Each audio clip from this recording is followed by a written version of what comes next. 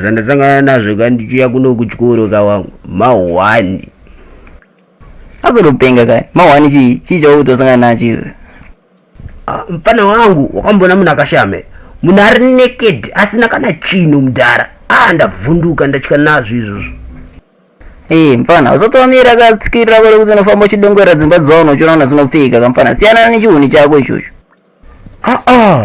Ndisangana naye murodhi sina kana kupfeka shamwari, vanhu isangachitutura mapiki shamwari.